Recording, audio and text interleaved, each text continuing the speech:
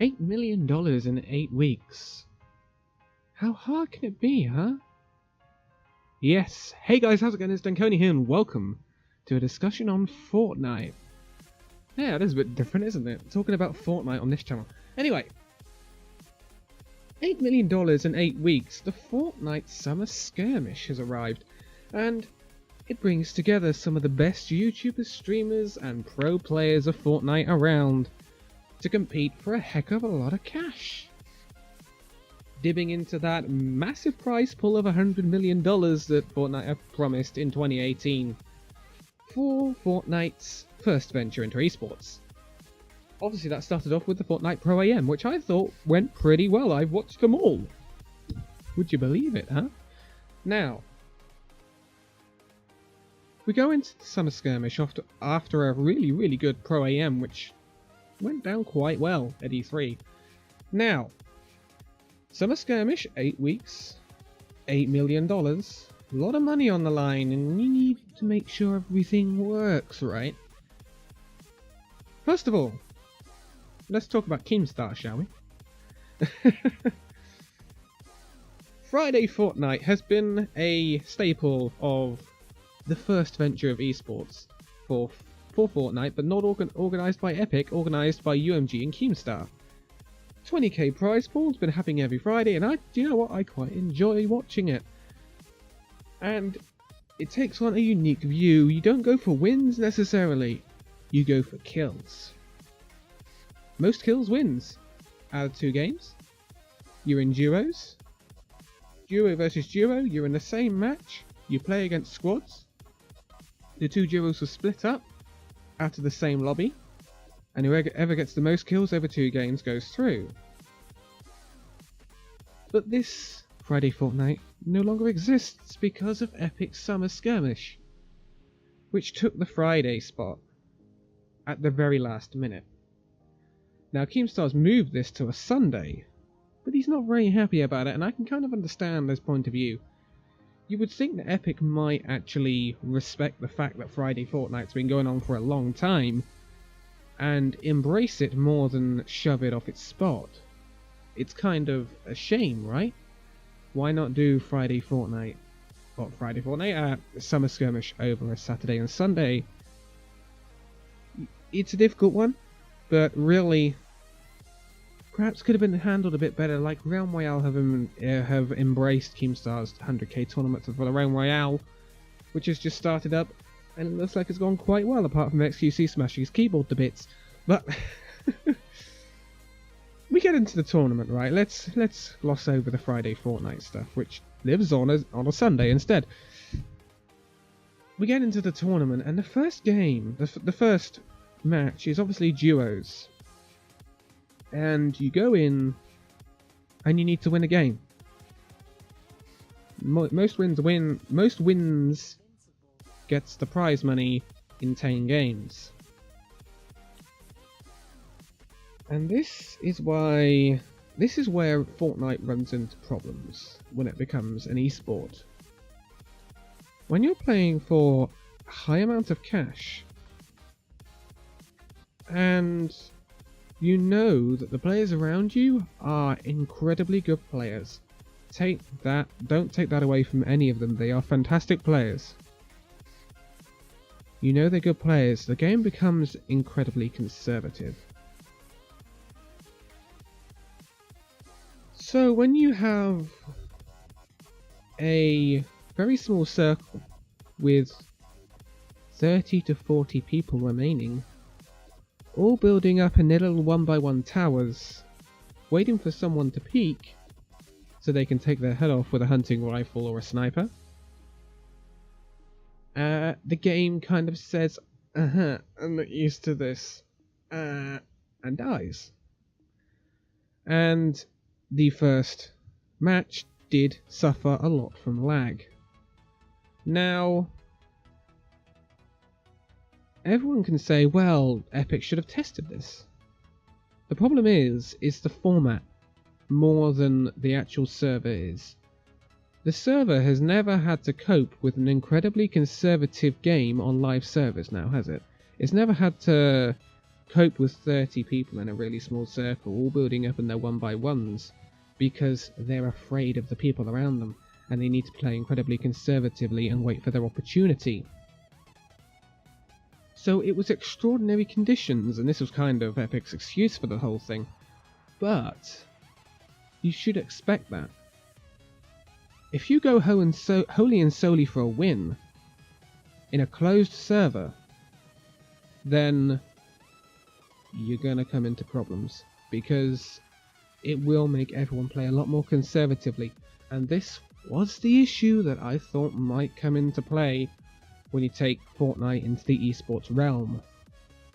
But it's not all bad for Fortnite in terms of esports, because there is a way it works, and that is along the roots of the Friday Fortnite format, and that's going for kills rather than it is victory royales.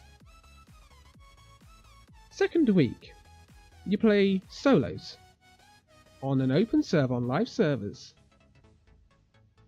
1 point for a kill, 5 points for a victory royale. That hits the absolutely perfect spot.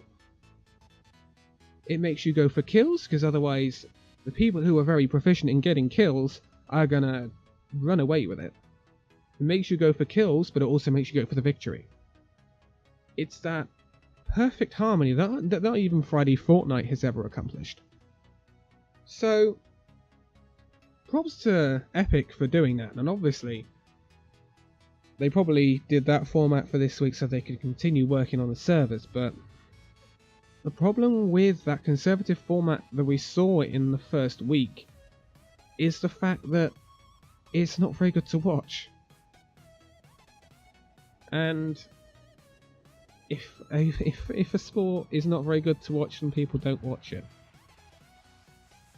Now, there is a kind of contentious issue, because this is a lot of money at stake in week 1, and a lot of people died to the storm, or died due to fall damage, or died needlessly because of lag on the server. So could it be called a fair competition? Well, that's questionable, isn't it? Let's be honest. And unfortunately, both weeks have been wrought by controversy, and this leads me on to the controversy for week 2. Week 2 was structured, I think, incredibly well. It let you play solo, it was on live servers, a point for a kill, 5 points for a victory royale. It got the right balance between being aggressive and being conservative. It allowed players to make a decision live in-game on whether they should aggress on a person or just play conservative, whereas in the first week they would have literally just played conservative because they needed the victory more than they needed any kills. It's better to get in week 1, and this is the problem with it, if you get 20 kills in the game but die to the last person, it's no good. There's no point in it. Yeah, there may be a little incentive for high kill games, but it doesn't get you the win. But if that one person that's won the game has only got 1 kill, they've got more value out of it. So that's the whole problem with Fortnite going for victory royales, and that's what worries me going forward. But coming back to week 2, the kill format, along with the victory royale, the point system worked incredibly effectively. But then we had a problem with the person who won it. The person who won it is a PS4 player called iDrops Bodies, and he has been accused of cheating. He did win by quite a large margin. iDrops Bodies is known for his Destiny play, but he is relatively unknown in the Fortnite realm, and a lot of things were brought into question. He didn't stream it. Now I can understand, because you need to avoid stream snipers, you have to put a delay on the stream, and on console you can't delay the stream, so I can understand that. And he did put VODs of it up after the event. He's been accused of using a mouse and keyboard on a PS4. And this is where we get into trouble, because I don't think the rules are clear enough in Fortnite at the moment. There is a very large problem on Fortnite because if you play solo, and you play solo in the solo category on Fortnite, you will get matched against your own platform, whether that be PC, PS4, Xbox, Nintendo, mobile. You'll be matched against your own platform. The problem is, some of these platforms have extra inputs, so you can use a mouse and keyboard on Xbox and PS4. You can use a controller on mobile. Now, this brings into question whether this offers an unfair advantage to the people who do this, and I think it honestly does. If you play this normally, on a console you'll be playing it with a controller. Is it fair that they should be going up against someone who has an advantage on a mouse and keyboard? No. No, it isn't. It's not fair. But so iDrop's Bodies has been accused of using a mouse and keyboard on PS4, but it's not against the rules. He's gonna get his prize money. He's gonna win it because it's not against the rules. Fortnite can't stop him from doing it because there's so many people who do it, right? And I think this is where the rules need ironing out. Fortnite is a brilliant game, but this sort of thing happens a lot. It used to happen in Overwatch on PS4 and Xbox. I think they just need to stop people using a mouse and keyboard on something they shouldn't be using a mouse and keyboard. Mouse and keyboard should be reserved for PC players. Controllers should be reserved for PS4 and console players. Nintendo Switch should be played with a Nintendo Switch, and any controllers available to Nintendo Switch, Nintendo branded. Mobile should be played with a mobile phone screen, not a controller, because it gives you an unfair advantage on your opponents. Something else I want to cover. If you are playing as a solo, should you be able, in your solo games, to choose whether you go into duos, squads, and I mean solo squads, or solo? Say you're a solo guy, you want to go into squads, you want to be a solo going up against squads of 4. Should you be allowed to do that when a lot of other people are just doing the solo mode? No. But again, I don't think this was made very clear because I think I saw some people going into solo squads and doing solo squads, which I don't think should be allowed because, and I think Tim the Tatman put this very well, playing solo in the solo category is very different to playing squads or duos. It's very different. It's a different playstyle. So I think the rules have to be ironed out because otherwise it's just going to be surrounded in constant controversy, and it shouldn't be. Now, bearing in mind, there's always going to be teething problems going into an esport because it's an unknown thing for a lot of these people. You know, Overwatch had its teething problems as an esport going into as being an esport. PUBG, all of the games that are esports had their teething problems at the start. They always will do.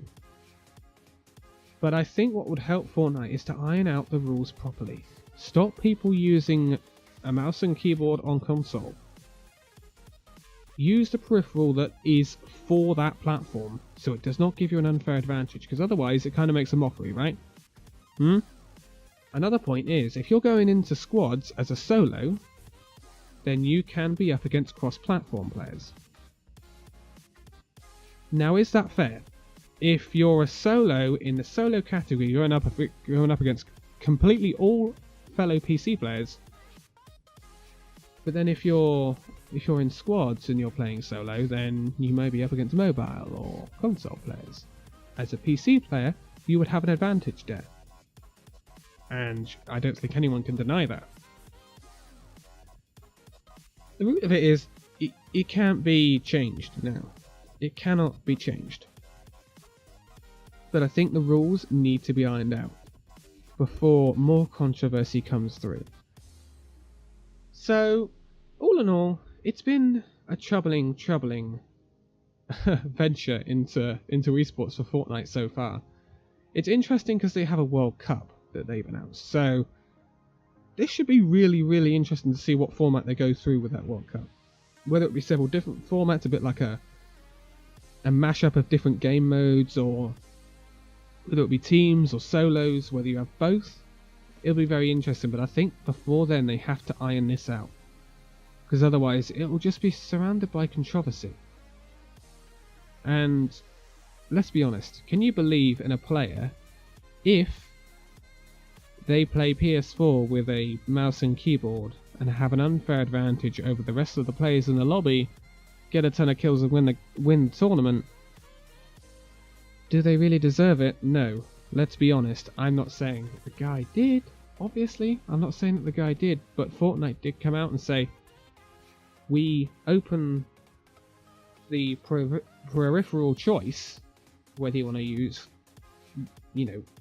controller on PC or mouse and keyboard on console or vice versa or whatever. They open it up for accessibility. Yes, I understand that. But at the same time, is it fair for some people to be using it as an advantage over others? Because to be honest, I don't think you're going to need, for accessibility, I don't think you're going to ever want to use a mouse and keyboard over a controller if you have problems using peripherals like that. I think you're going to be better off with a controller anyway. A controller on PC I can kind of understand, and that's your choice. That's putting you at perhaps a slight disadvantage, but that is your own choice. But the fact is, an unfair advantage is kind of causing a lot of controversy around this. I think Epic just needs to iron out their rules. In terms of the first week, it's unavoidable. There would be that problem. I would have thought Fortnite might have, or Epic might have had a bit of insight to say, they're going to play rather conservatively. There might be quite a few left in these final circles, so might have some pressure on our servers, and they didn't really think about it.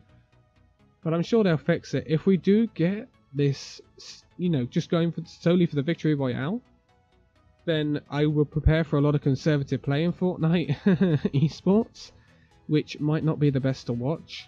I hope they keep this 1 point kill, 5 point Victory Royale thing. I think that is a fantastic way of setting the rules up in terms of a point system is probably the best way to go for Fortnite as an esport. Because otherwise you do get either hyper-aggressive play, or you get a really, really, really defensive play, which is not enjoyable to watch. And it will cause you server problems, no matter what. Unless you really, really improve things. But hey, that is my discussion on the Summer Skirmish. I think it's fantastic to see Fortnite delving into the esports realm. Viewers, they're never going to worry about that for the foreseeable, because Fortnite is obviously the most popular game in the world, and probably looks like it's going to be for quite a while. I think it's very interesting. Very, very interesting, but there's a few things to iron out, and if they do sort out the rules and they do try and make sure that they don't concentrate on defensive play, then the sky's the limit. The sky's the absolute limit. You look at Overwatch League, and that's now being broadcast on ESPN, and that doesn't have as many viewers as Fortnite does. And Fortnite has an absolute massive potential for viewers. Because when you consider that, yes, Ninja had 130 odd K viewers, I believe, when I last saw anyway, when this tournament was going on. Fortnite had 200,000 plus. Say, like they do in Overwatch League and things like that, that the players don't stream. Tin the Tatman had, 50k plus? Fortnite would be averaging perhaps 500,000 viewers on Twitch. And that would be something to behold. Just like the Pro AM was. That was something to behold, and it was a pleasure to watch that Pro AM. It was a fantastic bit of esports action. But for now, thank you guys so much for watching this video. If you liked it, give it a like, subscribe if you're new, and I will see you in the next video. See you then!